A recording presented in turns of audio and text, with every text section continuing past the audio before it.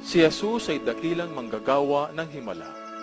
Sinasabi ng Biblia, masdan, may dumating na isang ketongin at sumamba sa kanya na nagsasabing, Panginoon, kung ibig mo, ay magagawa mo akong malinis. At iniunat ni Jesus ang kamay niya at hinipo siya na nagsasabing, Ibig ko, maging malinis ka. at agad-agad ay nalinis ang kanyang ketong. Ang Panginoon ay naawa sa mga nagugutom na karamihan na sumusunod sa Kanya, at sa pamamagitan ng Kanyang kahimahimalang kapangyarihan ay pinakain niya ang 5,000 kalalakihan at kanilang mga pamilya sa pamamagitan lamang ng 2 isda at 5 buong tinapay. At si Jesus ay humayo at nakita ang lubhang karamihan at nagkaroon siya ng kaawaan sa kanila at pinagaling niya ang kanilang mga may sakit.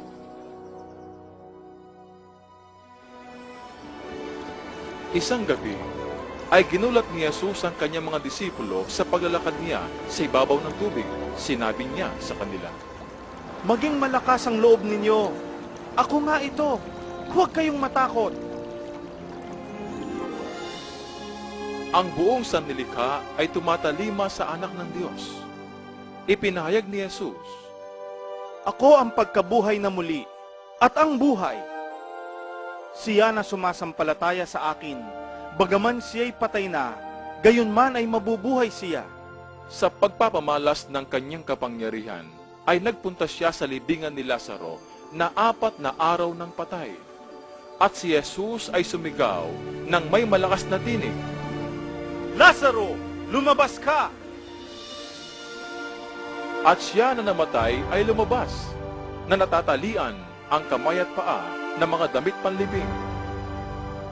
At kumalat ang balita sa lahat ng dako na kayang ibangon ni Jesus, maging ang mga patay. Nang sumapit ang gabi, ay dinala nila sa kanya ang marami na inaalihan ng mga diablo, at pinalayas niya ang mga espiritu sa kanyang salita, at pinagaling ang lahat ng mga may sakit. Hinangaan ng mga pangkaraniwang tao si Jesus. Ang pinakamalaking pagsalungat sa kanya ay nagmula sa mga pinunong pangreliyon. Pinaratangan nila siya sa pagsasabing ang kanyang kapangyarihan ay nagmula kay Satanas. Ngunit sinabi ni Jesus sa kanila, Kayo ay sa inyong amang dyablo, at ang mga pita ng inyong ama ay inyong gagawin. Siya ay isang mamamatay tao mula sa pasimula, at hindi nanatili sa katotohanan, dahil walang katotohanan sa kanya. Kapag siya ay nagsasalita ng isang kasinungalingan, siya ay nagsasalita sa ganang kanya, sapagkat siya ay isang sinungaling at ang ama nito. At dahil sinasabi ko sa inyo ang katotohanan, ay hindi kayo sumasampalataya sa akin. sa likod ng mga pangyayari ay malaki ang kinalaman ni Satanas.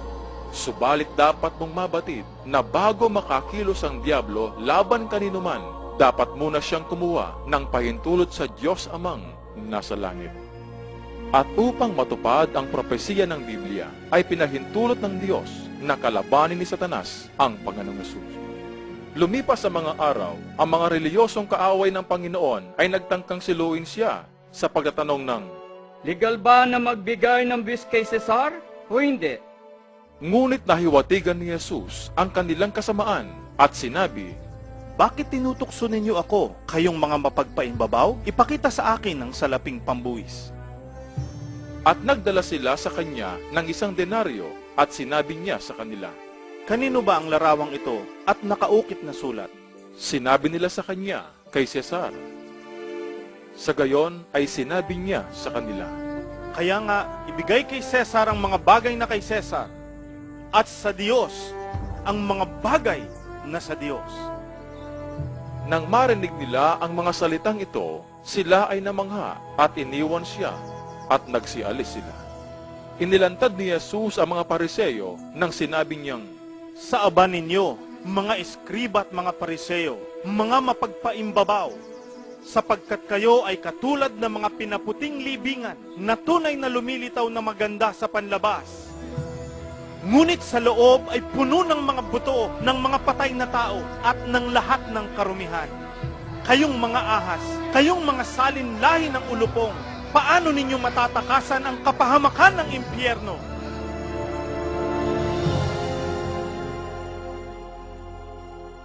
Sinabi ni Jesus, Sapagkat hindi isinugo ng Diyos ang kanyang anak sa sanlibutan upang hatulan ang sanlibutan, kundi upang ang sanlibutan sa pamamagitan niya ay maligtas.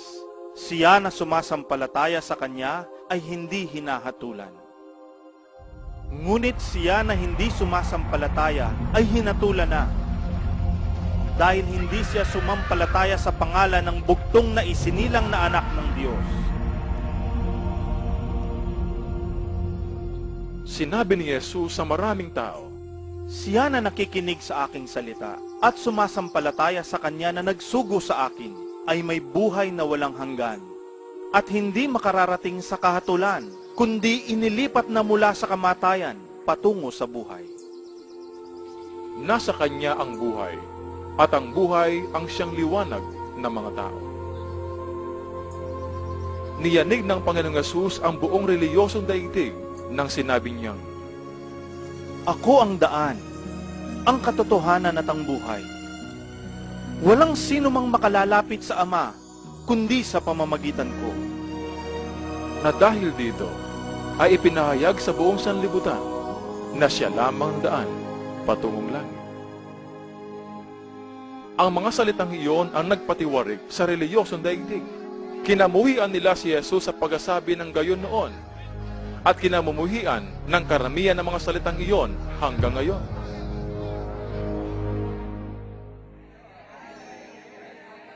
Sumasapit na ang wakas ng ministeryo ng Mesyas. Nahulaan ni Propetang Daniel ang eksaktong araw kung kailan papasok sa Jerusalem ang Mesyas sa gitna ng mga sigaw na Hosana. Ngunit alam ni Jesus na sa loob lamang ng isang linggo ay magsisisigaw sila nang ipako siya sa krus. Buong sikap na inudyukan ni Satanas ang mga pinunong pangreliyon upang magsabwatan sa kamatayan ng kanyang pinakadakilang kaaway.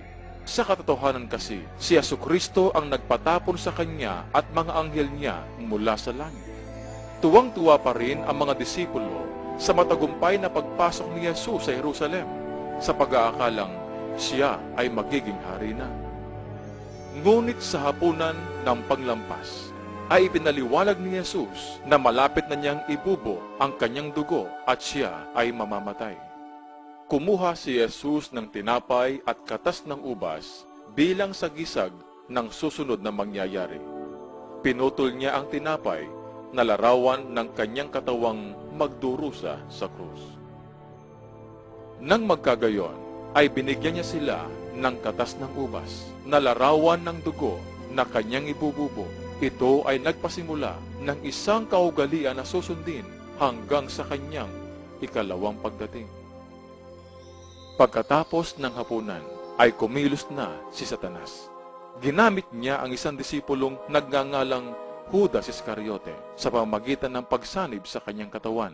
Ang mga sumunod na pangyayari ay nagpaging pinakamasamang taksil kay Judas sa buong kasaysayan. Si Judas ay nagpunta sa mga punong saserdote upang ipagkanulo ang Panginoon. Si Judas ay kumita ng 30 pirasong pilak mula sa pangkat ng mga reliyoso. Nang magkagayon, si Satanas, sa pag-aakalang dumating na ang araw ng kanyang pananagumpay, ay nagsugo ng kanyang mga kampo ng kadiliman sa Jerusalem upang puksain si Jesus, ang liwanag ng sanlibutan.